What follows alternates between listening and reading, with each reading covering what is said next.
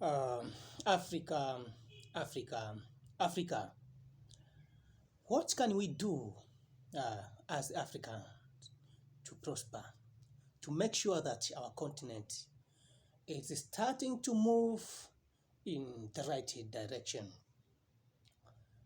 Everywhere you go in Africa, there's problems. The civil war, poverty, disease are still castrating Africa. Now, what can we do to prosper? Some people can raise questions and they have arguments that Africa was cursed, something which is not true. When you open the Bible in the book of Genesis 2, starting from verse 8 up to verse 11 or 12, you will realize that when God created a human being, he bring him here in Africa. The first human being is our dad or grandpa, Adam. He was brought here in Africa to live in the land of Ethiopia. Yeah, in the land of Ethiopia.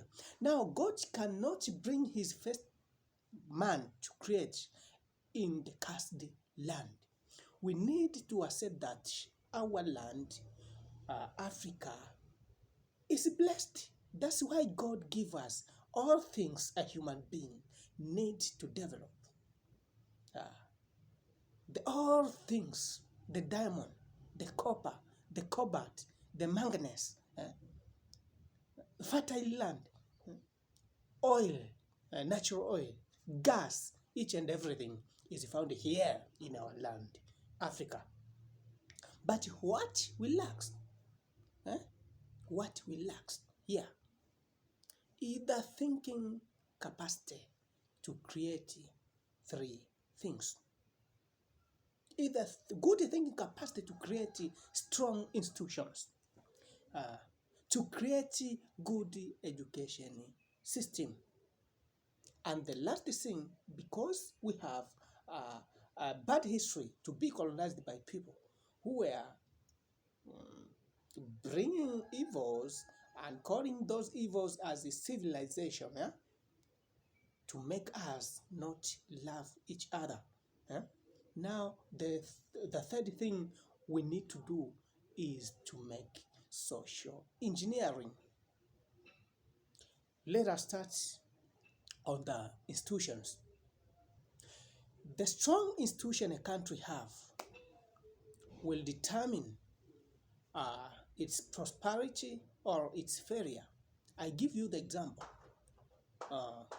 and I need to use the number one, United States. United States is a developed country. Every day is doing well. But when we see their neighboring country, they are not doing well. Example, I give you Mexico. Mexico. When you see Mexico and United States, even in the map, you will see that they were separated by a small line.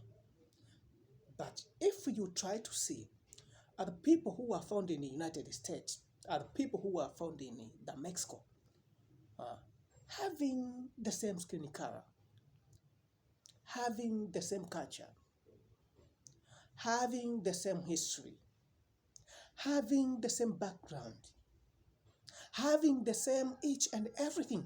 But why now? The Mexico failed, totally failed, and the United States developed, prospered. You will realize that the kind of institutions found in the United States are strong enough to bring development compared to these institutions found in the Mexico. Now,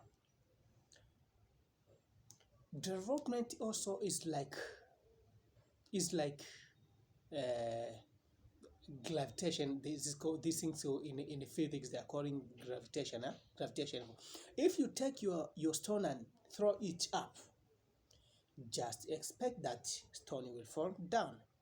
If you mess with the formula, just expect to fail. If you mess with the institutions of the country or institutions found in the continent, just make just realize just realize that uh, you will never develop. The basis of development is the kind of institutions you have.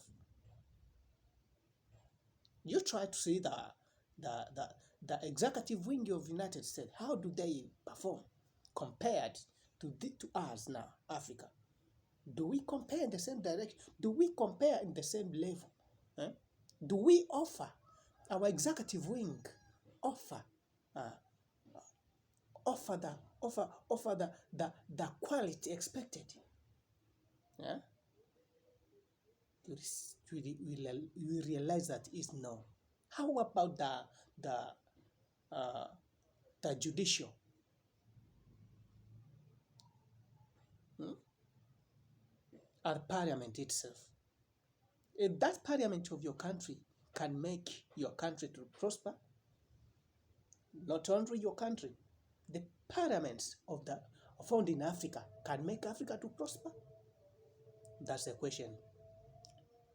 Now, for us Africa to make sure that we are moving now in the same direction, to go where our elders are there, we need first to improve the kind of institution, not to bring, this is not a time for us to get powerful leaders like Imobutu or what. We need great leaders. Do you know, there is a difference between great leaders and powerful leaders. All great leaders, the great leaders, uh, the great leaders create strong institutions. You see? But powerful leaders are these, I don't want even to use dictators, but these dictators making the power, all of the power of the country to be on their hand. They are the final say. But the great leaders will start with my number one to make sure the country or the continent have strong institutions, because institutions are a system.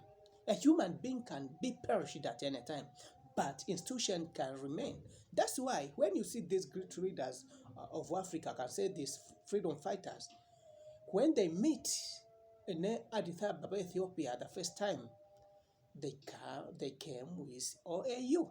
OAU is an institution. I don't know whether it's strong or not, but the answer you have it. Okay, let us go. Another thing, number two, what can we make for us, African, to prosper is education system. Do you know the brain is the standard of human being? The brain is the standard of human being. Now, when you get a continent trying to change the heads of their youth as a dumping site of useless materials, useless knowledge, useless skills, just know that they will end in a very, very, very bad situations. Yes, they will end in a very bad situation. They will end to call themselves that they have doctors, but when you try to see, they have Panadol distributors only. They will end up to say that you have engineer, but the bridges, roads, and all projects, the consultant engineers were coming from China, were coming from where? German or where? To mess with education is also a big problem, a big challenge, a big mistake we are making. We need to make sure our education is valuable. Our education is taking us somewhere. There is no need of having and producing everyday producing professionals who are useless. If you fail your people with useless knowledge, it means you will have useless professionals. And if you have useless professionals, it means the people who are, for us, like I was born and grown up in Africa. I can be a patriotic to Africa. But how about these people who are coming from abroad? If you bring them here, what they see is to get something. They don't feel that they don't have uh, that heart of seeing Africa prosper. Even if they destroy or they spoil their system, they don't care. But if you have your patriotic professionals, they can make sure the projects of your country, the projects of the continent uh, uh, are doing well. Another thing is social engineering.